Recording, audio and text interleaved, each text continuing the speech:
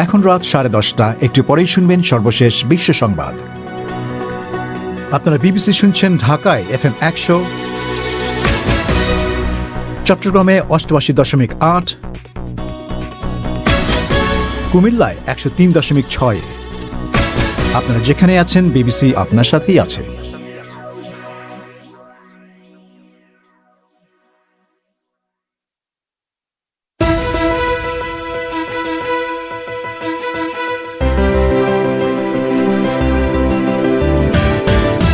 পরমাণু অস্ত্রের বিস্তার প্রতিরোধ এবং কখনোই যেন কোনো পরমাণু যুদ্ধ না হয় তা নিশ্চিত করার অঙ্গীকার করেছে জাতিসংঘ নিরাপত্তা পরিষদের 5 স্থায়ী সদস্য। বাংলাদেশে করোনা ভাইরাসের ওমিক্রন ভ্যারিয়েন্টের বিস্তার ঠেকাতে সরকার কি ব্যবস্থা নিচ্ছে? মৃত্যু যদি কমও হয়, আমাদের রোগী যদি সংখ্যায় বেড়ে যায়, আমাদের হেলথ সিস্টেমের উপর একটা প্রেশার তো পড়বে। অনেকে আক্রান্ত হলে হসপিটালাইজেশনের একটা প্রপোর্শন বাড়বে। হসপিটালাইজেশন বাড়লে এই যে স্বাস্থ্য ব্যবস্থার উপরে চাপটা বাড়বে। বাংলাদেশের শিক্ষা ব্যবস্থায় ব্যাপক সংস্কারের পরিকল্পনা বাস্তবায়নে কতদূর এগিয়েছে সরকার? থাকবে ফোন ইন। এসব নিয়ে আজকের পরিক্রমা পরিবেশন করছে আমি মোয়াজ্জেম হোসেন। তবে শুরুতেই বিশ্ব সংবাদ।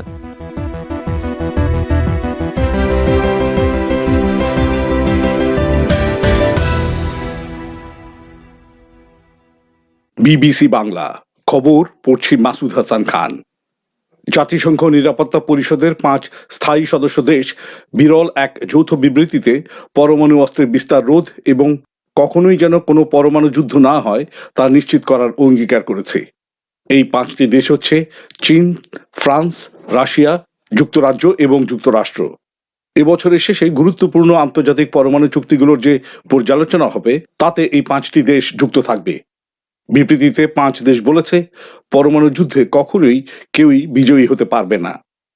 তুরস্কে বার্ষিক মুদ্রাস্ফীতির হার এখন বেড়ে 36% ছাড়িয়ে গেছে, যা গত 2 দশকের মধ্যে সর্বোচ্চ।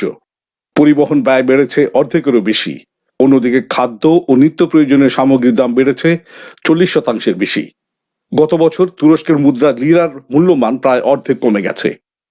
ভারতে 15 থেকে 18 বছর পর্যন্ত বয়স্কদের জন্য করোনা ভাইরাসের টিকা নেওয়ার সুযোগ উন্মুক্ত হওয়ার পর প্রথম কয়েক ঘন্টার মধ্যেই লক্ষ লক্ষ কিশোর কিশোরী টিকা নিয়েছে।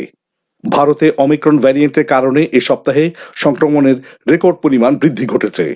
গত রোববার শেষ হওয়া সপ্তাহটিতে 1,30,000 নতুন সংক্রমণ ধরা পড়েছে, যা ছিল আগের তুলনায় প্রায় 3 গুণ। সবচেয়ে বেশি সংক্রমণ বাড়ছে মুম্বাই ও দিল্লিতে। ব্রাজিল থেকে পাওয়া খবরে জানা যাচ্ছে যে প্রেসিডেন্ট জায়ার বোলসোনারো আজ ভোরবেলা তলপেটের কিছু সমস্যার চিকিৎসার জন্য হাসপাতালে ভর্তি হয়েছেন। 66 বছর বয়স্ক মিস্টার বোলসোনারোকে সাও পাওলো শহরের ভিলা নোভা স্টার হাসপাতালে নেওয়া হয়েছে এবং সেখানকার ডাক্তাররা এখন সিদ্ধান্ত নেবেন যে তার অস্ত্রোপচার করাতে হবে কিনা। 6 মাস আগে মিস্টার বোলসোনারো এই একই হাসপাতালে চিকিৎসা নিয়েছিলেন। 2018 সালের প্রেসিডেন্ট নির্বাচনের সময় ছুরিকাঘাতের শিকার হওয়ার পর থেকে তাকে বেশ কয়েকবার হাসপাতালে ভর্তি হতে হয়েছে। ব্রিটেনের রাস্তায় চালকবিহীন গাড়ির প্রথম পরীক্ষামূলক চলাচল শুরু হয়েছে। ফেচ নামের একটি অ্যাপের মাধ্যমে লোকজন এই গাড়ি ডাকতে পারবেন। এরপর চালকবিহীন গাড়ি তাদের কাছে পৌঁছে যাবে, যেটা রিমোট কন্ট্রোলের মাধ্যমে একজন দূর থেকে নিয়ন্ত্রণ করবেন, গাড়ির ওপর বসানো ক্যামেরায় রাস্তার ছবি দেখে। বিশ্বের কোনো উন্মুক্ত রাস্তায় এ নিয়ে দ্বিতীয়বার চালকবিহীন গাড়ি চালানো হচ্ছে পরীক্ষামূলকভাবে। আপনারা পরিক্রমা শুনছেন বিবিসি লন্ডন থেকে। অনুষ্ঠানে আবারও আপনাদের স্বাগত জানাচ্ছি আমি মোয়াজ্জেম হোসেন। বাংলাদেশে প্রাক প্রাথমিক থেকে উচ্চ মাধ্যমিক পর্যন্ত শিক্ষা ব্যবস্থায় আমূল পরিবর্তনের পরিকল্পনা হাতে নিয়েছে সরকার। কর্মকর্তারা বলছেন, এই পরিকল্পনার আওতায় বদলে যাবে কারিকুলাম, পাঠদান পদ্ধতি, মূল্যায়ন এবং পরীক্ষা ব্যবস্থা। করোনা ভাইরাসের মহামারীর সময় পরপর 2 বছর বাধাগ্রস্ত হয়েছে বাংলাদেশে শ্রেণীকক্ষে পাঠদান। এমন প্রেক্ষাপটে এসব পরিবর্তন বাস্তবায়নে কতটা এগিয়েছে সরকার? ঢাকা থেকে শুনুন শাহনাজ পারভিনের রিপোর্টে। তৃতীয় শ্রেণী থেকে কোনো বার্ষিক পরীক্ষা থাকবে না। নবম দশম শ্রেণীতে বিজ্ঞান, মানবিক, বাণিজ্য বিভাগ থাকবে না। এসএসসি পরীক্ষা হবে শুধু দশম শ্রেণীর পাঠ্যক্রমের উপরে। প্রাক প্রাথমিক থেকে উচ্চ মাধ্যমিক পর্যন্ত এরকম অনেক ধরনের পরিকল্পনা সম্পর্কে ইতোমধ্যেই ঘোষণা দিয়েছে সরকার, কিন্তু তার জন্যে কতটা সফলভাবে কাজ সামনে এগুচ্ছে সে নিয়ে প্রশ্ন রয়েছে। চট্টগ্রাম নগরীর ডাক্তার খাস্তগীর সরকারি বালিকা উচ্চ বিদ্যালয়ের প্রধান শিক্ষক শাহেদা আক্তার জানিয়েছেন, পরিকল্পিত নতুন কারিকুলাম সম্পর্কে তাদের কাছে জরিপের জন্য কর্মকর্তারা এসেছিলেন। এরপর বিষয়টি নিয়ে কোনো ধরনের নির্দেশনা তারা এখনো পাননি। আমরা তো এই শিক্ষাবর্ষ আগের এই অনুযায়ী হচ্ছে 2022 সালটাও। আমাদের এখানে জরিপের জন্য এসেছিলেন এনসিটিভি থেকে, যে ওনারা কারিকুলাম চেঞ্জ হচ্ছে, তো এই জন্য আমাদের শিক্ষকদের মতামত হচ্ছে নিয়েছেন আর কি। আমরা শুনেছি যে 22 সালের পরে আমাদের কারিকুলাম চেঞ্জ হবে, এটা আমরা জেনেছি শুনেছি, কিন্তু আমাদের ওরকম নির্দেশনা বা আমরা কোনো চিঠিপত্র এখনো ওরকম পাইনি। এর আগে বাংলাদেশের শিক্ষা ব্যবস্থা কেমন হবে তা নির্ধারণে 2010 সালে একটি জাতীয় শিক্ষানীতি প্রণয়ন করা হয়েছিল। 2012 সালে প্রাথমিক থেকে মাধ্যমিকের শিক্ষাক্রম পরিমার্জন করা হয়েছিল। সাধারণত 5 বছর পর পর শিক্ষাক্রম পরিমার্জন করা হয়, কিন্তু বেশ কিছু গুরুত্বপূর্ণ সিদ্ধান্ত বাস্তবায়ন হতে অনেক সময় লেগেছে। ঢাকা বিশ্ববিদ্যালয়ের শিক্ষা গবেষণা ইনস্টিটিউটের সহযোগী অধ্যাপক সৈয়দা আতিকুন নাহার বলছেন, প্রাথমিক থেকে মাধ্যমিক পর্যায়ে শিক্ষায় যেসব পরিবর্তন সরকার পরিকল্পনা করেছে তা বাস্তবায়নে সবচেয়ে গুরুত্বপূর্ণ কাজগুলোই এখনো সামনে এগোয়নি। তিনি বলছেন, সবচেয়ে গুরুত্বপূর্ণ প্রস্তুতি হচ্ছে শিক্ষকদের প্রশিক্ষণ, যা এখনো শুরু হয়নি। যেমন দেখেন, আমাদের স্কুলগুলোতে সায়েন্স আর্টস কমার্স ক্লাস 9-এ শিক্ষার্থী উঠবে, সেখানে সায়েন্স আর্টস কমার্সের শিক্ষকদেরকে নেওয়া হয়। তো এখন যেহেতু আমাদের ক্লাস 9-10-এ সায়েন্স আর্টস কমার্স থাকবে না, সুতরাং শিক্ষক নিয়োগের একটা বড় বিষয় আছে। যে শিক্ষক কমার্সের জন্য নিয়োগপ্রাপ্ত আছেন ক্লাস 9-10-এ ক্লাস, তাদের সেখানে কি হবে, সায়েন্সের বা আর্টসের শিক্ষকদের কি হবে, এই জায়গাটার একটা সিদ্ধান্তের বিষয় আছে। তারপর শিক্ষক প্রশিক্ষণের বিষয় আছে, কারিকুলামটি ডিসেমিনেশনের বিষয় আছে। যেহেতু আমরা ইভ্যালুয়েশন প্রক্রিয়ায় গার্ডিয়ানকে রাখছি, কমিউনিটি পিপলকে রাখছি, তারপরে স্কুল প্রশাসনের সাথে উপজেলা প্রশাসন আছে, জেলা প্রশাসন আছে, শিক্ষা অফিস আছে, তাদের প্রশিক্ষণের বিষয় আছে, তাদের জানার বিষয় আছে। হ্যাঁ, এই সব জায়গাগুলো আসলে মিট আপ কিভাবে করছে এইটা আমরা এখনো আসলে পরিষ্কার না। ওদিকে একটি পরিমার্জিত কারিকুলামের প্রস্তাবিত খসড়ায় গত বছরের সেপ্টেম্বরে অনুমোদন দিয়েছেন বাংলাদেশের প্রধানমন্ত্রী, যাতে বইয়ের ধরন ও পরীক্ষা পদ্ধতিতেও ভিন্ন ব্যবস্থা রাখা হয়েছে। চতুর্থ ও পঞ্চম শ্রেণীতে মোট নম্বরের 60% মূল্যায়ন হবে শ্রেণীকক্ষে, বাকি 40% নম্বরের মূল্যায়ন হবে বার্ষিক পরীক্ষায়। এইচএসসি পরীক্ষার ফলাফল নির্ধারিত হবে একাদশ ও দ্বাদশ শ্রেণীর বার্ষিক পরীক্ষার ফলাফল মিলিয়ে। মাধ্যমিক ও উচ্চ মাধ্যমিক শিক্ষা বিষয়ে সরকারের উপমন্ত্রী মহিবুল হাসান চৌধুরী জানিয়েছেন, এই বছরই এই নতুন কারিকুলামের পাইলট শুরু হওয়ার কথা রয়েছে। পাইলটিং করা হচ্ছে 100টা স্কুলে অ্যাক্রস দ্য কান্ট্রি, 100টা স্কুল। এটা স্ট্যাটিস্টিক্যালি সিগনিফিকেন্ট স্যাম্পল সাইজ।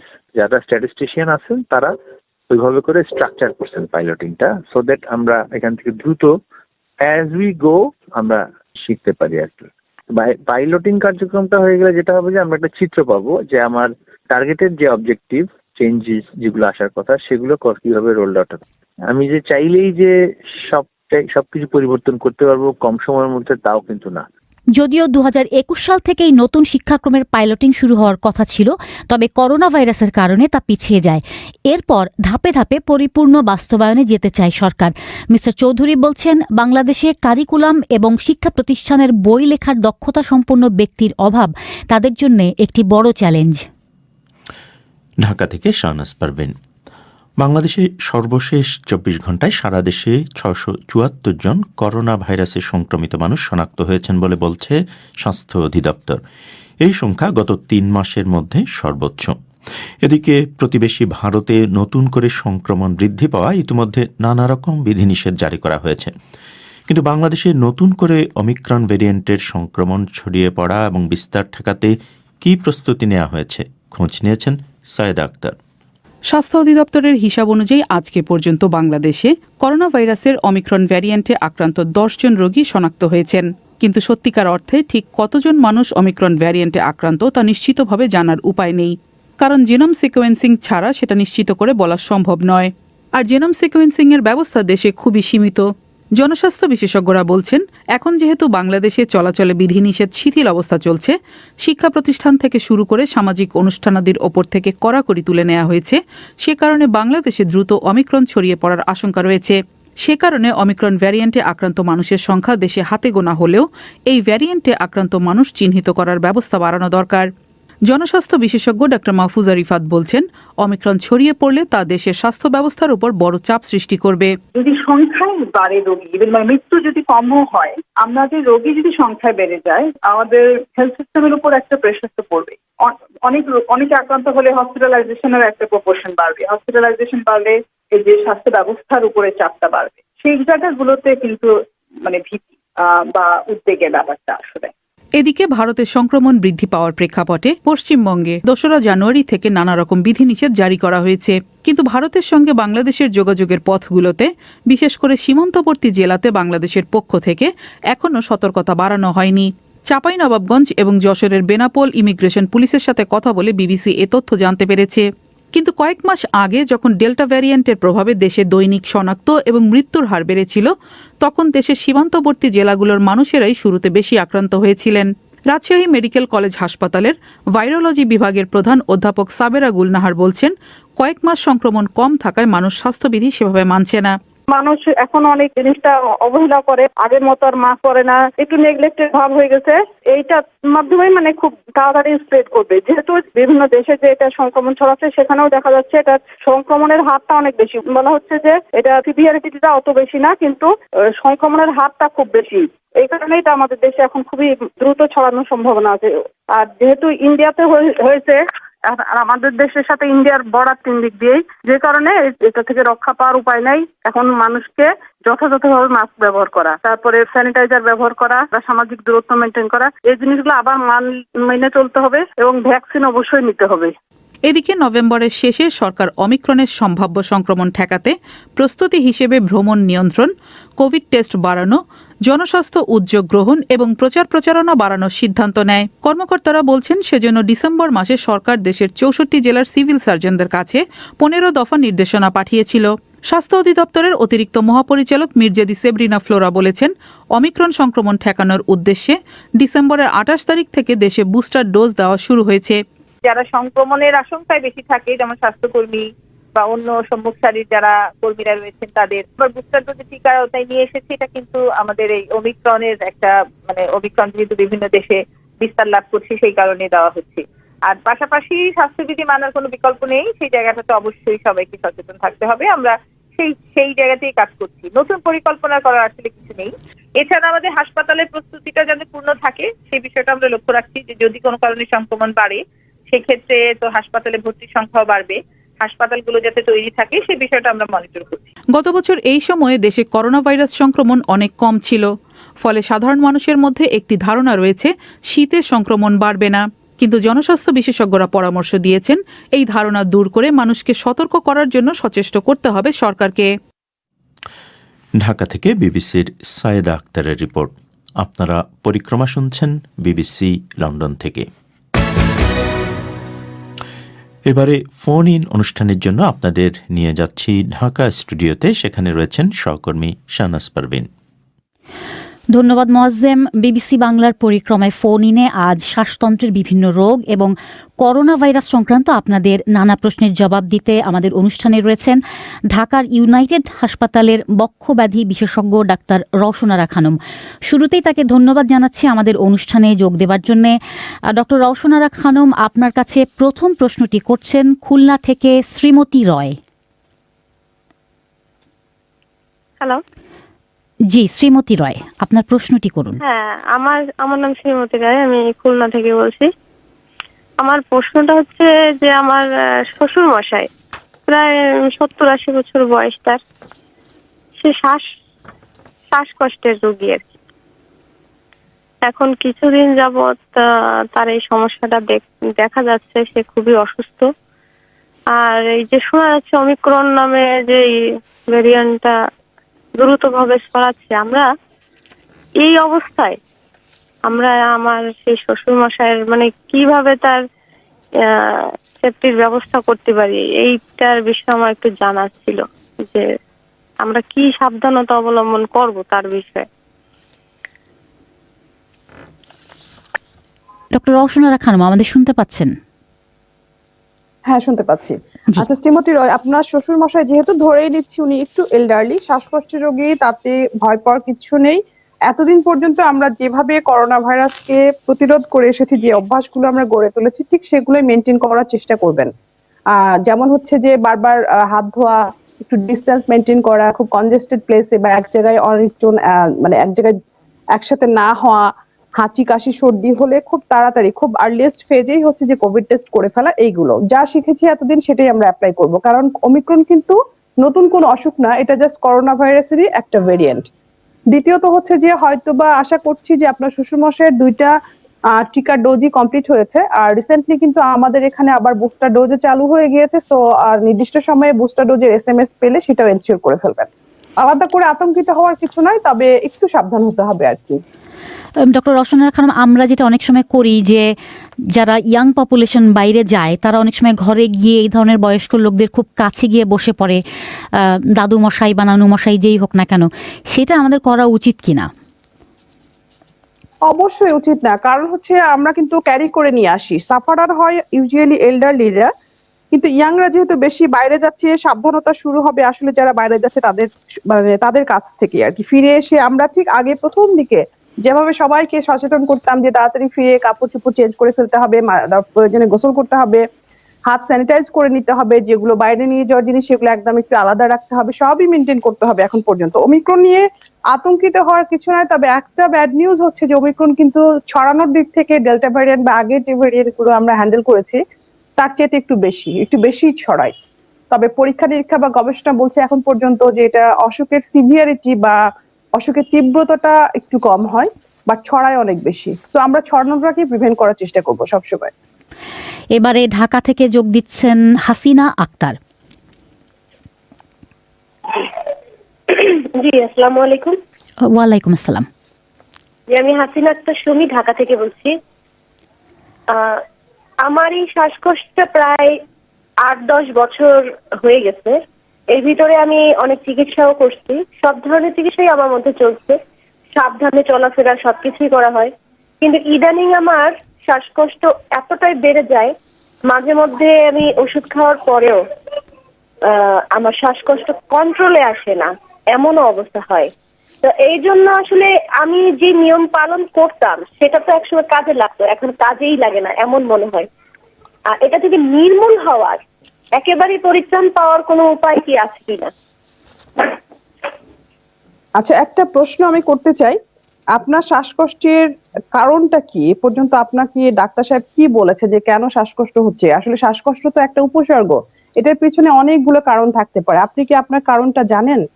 না, আমার কারণটা হচ্ছে আমি একসময় জব করতাম, তো আমি সকাল ভোরেই বাইরে বের হতে হতো। তো গাড়ি দিয়ে যাওয়ার সময় হয়তো গোসলের পর চুল ভিজা থাকতো, এইভাবে ঠান্ডার মধ্যে যাওয়া আসা করতে করতেই হঠাৎ আমার শ্বাসকষ্ট হয়ে যায়। আর আমার এটা অনেকটাই বংশগত বলা যায়, আমাদের বংশে অনেকেরই এই শ্বাসকষ্ট রোগটা আছে। আচ্ছা, তাহলে আমি ধরে নিতে পারি যে আপনার হয়তো ব্রঙ্কিয়াল অ্যাজমা বা এই ধরনের কিছু হবে, কারণ আপনি কথা বলার সময় দেখলাম একবার গলা হাঁকারি করার চেষ্টা করলেন। সো আসলে অনেকগুলো ওষুধ আছে, আপনি এতটা হতাশ হওয়ার কোনো কারণ নেই। আপনি মনে করে নিচ্ছেন আগে যে ওষুধগুলো ছিল সেটা দিয়ে আমার কেন এখন ভালো হচ্ছে। তো বাজারে যেহেতু অনেক আছে, আপনি হয়তো বা করতে হবে, আপনি যে মেডিসিন গুলো ব্যবহার করেন বা যে ওষুধগুলো ব্যবহার করেন একই ওষুধ হয়তো বা একই, যেমন অ্যান্টিহিস্টামিন আমরা একটু ঘুরে ঘুরে একটু ডিফারেন্ট টাইপের দেওয়ার চেষ্টা করি, একই রেসিপি সবসময় ভালো কাজ করে না। আপনার ডক্টরের সাথে কথা বলে নেন। আর মেডিসিন অনেক আছে, সুতরাং এটা নিয়ে হতাশ হওয়ার কিছু নাই। লাইফস্টাইলের ব্যাপারে একটু জোর দেন, যেমন আপনি নিজে যেমন বললেন যে ঠান্ডায় এক্সপোজ হলে বা মানে ভেজা চুলে আপনার কাশি বা শ্বাসকষ্ট এরকম শুরু হয়ে যায়। সো এখন তো ঠান্ডা চলছে, সবচেয়ে পিক আওয়ার আপনাদের যারা শ্বাসকষ্টের রোগী তাদের। সো একটু সাবধান, লাইফস্টাইল যেখানে যতটুকু করা আছে একটু সুন্দরভাবে চেষ্টা করেন আর রিভিউ করেন। আপনার প্রেসক্রিপশন, আপনার ওষুধের তালিকাটা রিভিউ করলে হোপফুলি আপনি ভালো হয়ে যাবেন। অ্যাজমা থেকে ফ্যামিলিতে যেহেতু রান করছে, পুরোপুরি পরিত্রাণ পাবেন কিনা এই মুহূর্তে বলতে পারছি না, তবে নিয়মিত ওষুধ ব্যবহার করলে এটা কিন্তু একদমই কন্ট্রোলে থাকে। ডক্টর রওশনারা খানম, আপনার সংযোগটি মাঝে মাঝেই পড়ে যাচ্ছে, শ্রোতাদের কাছে দুঃখ প্রকাশ করছি এই বিষয়ে। সাতক্ষীরা থেকে এবার আমাদের সঙ্গে যোগ দিচ্ছেন শিমু আক্তার। জি, ধন্যবাদ।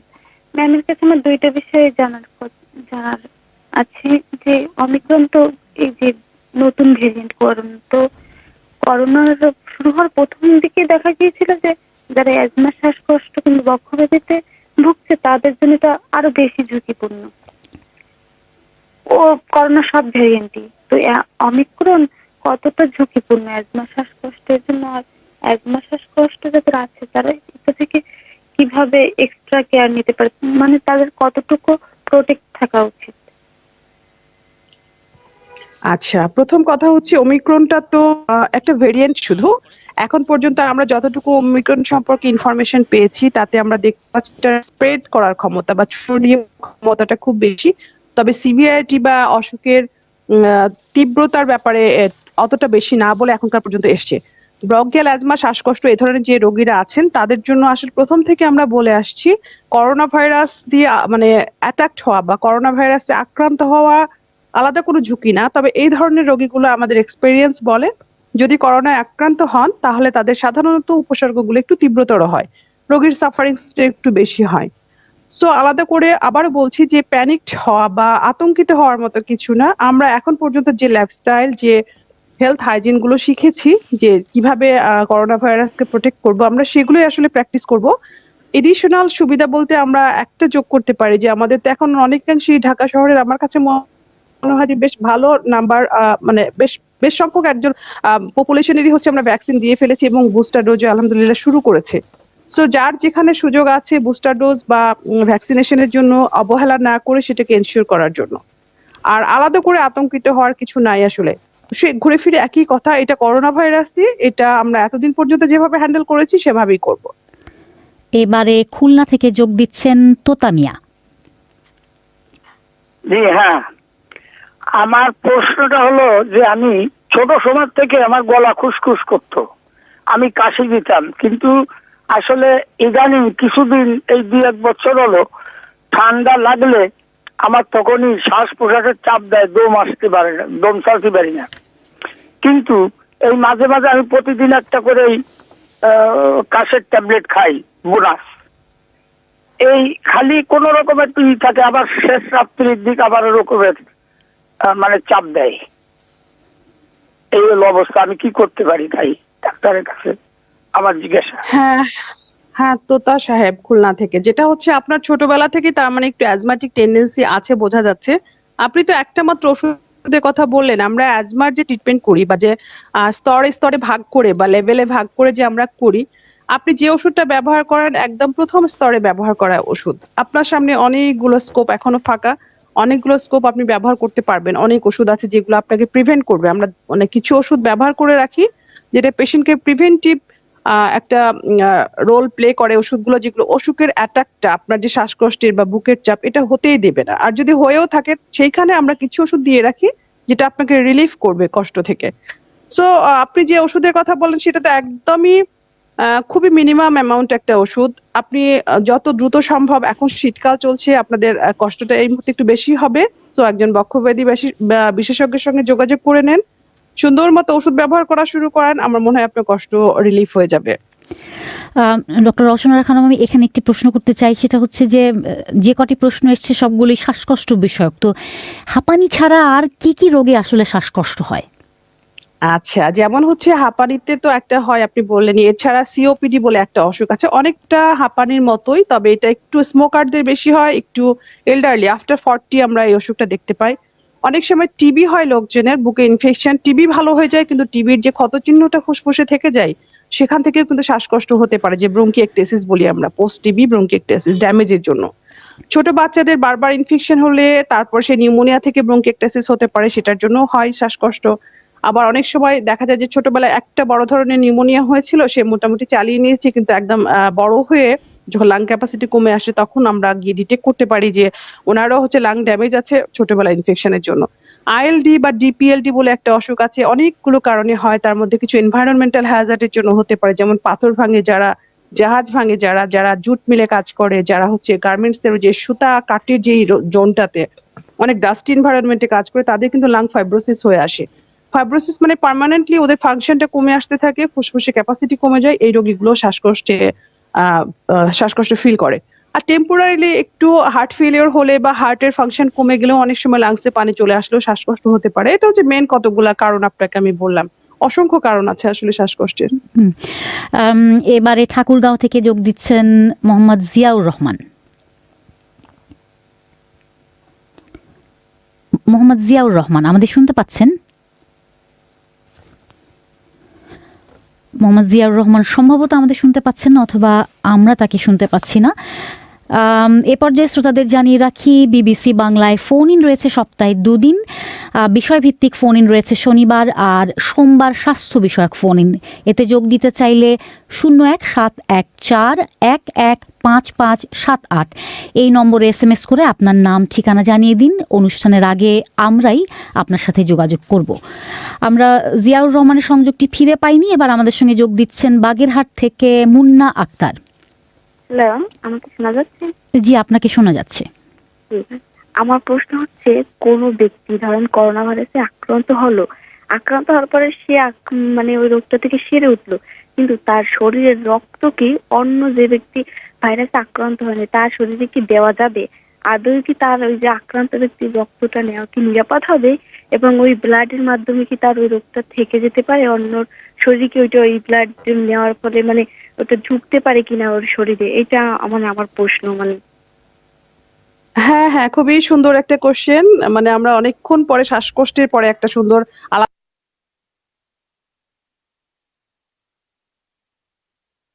যে কোনো কাজে ব্যবহার করা যাবে নির্দিষ্ট সময়ের পরে। আমরা বলি 4 সপ্তাহ পর থেকে তার ব্লাড ট্রান্সফিউশন করা যাবে বা তার শরীর থেকে নিয়ে ব্যবহার করা যাবে।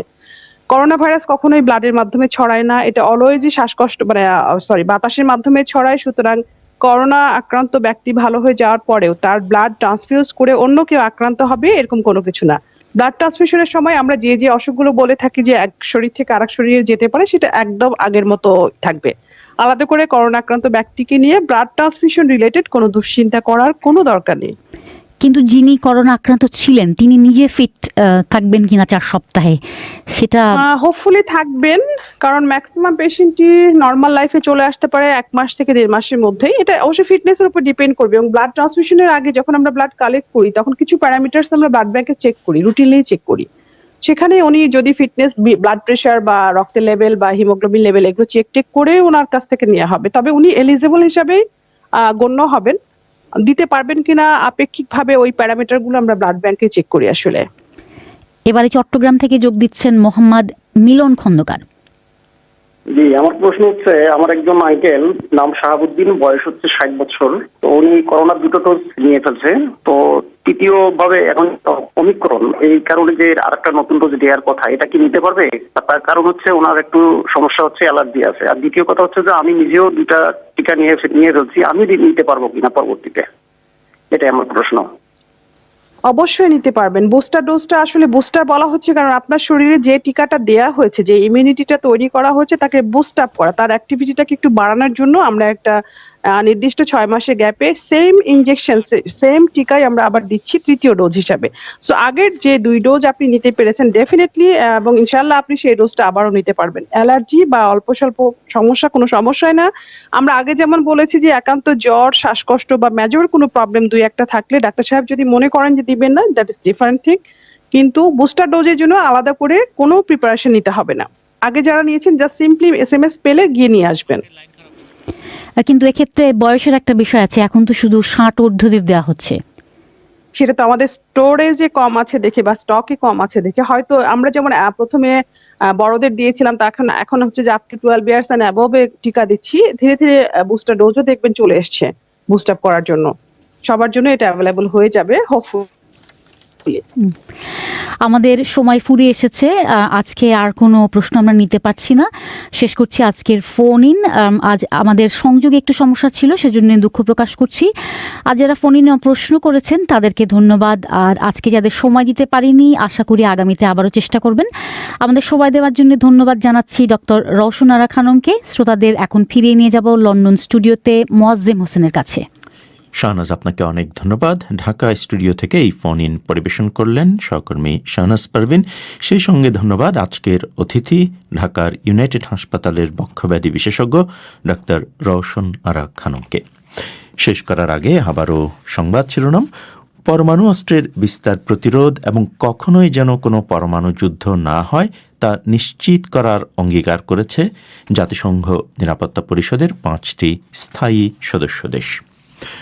বিবিসি থেকে বাংলায় আমাদের পরবর্তী অনুষ্ঠান আগামীকাল বাংলাদেশ সময় সন্ধ্যে 7:30 আর ভারতে সন্ধ্যে 7টায়। সেই অনুষ্ঠান শোনার আমন্ত্রণ জানিয়ে লন্ডন স্টুডিও থেকে আমি মোয়াজ্জেম হোসেন এখানেই বিদায় নিচ্ছি। ভালো থাকবেন, শুভরাত্রি।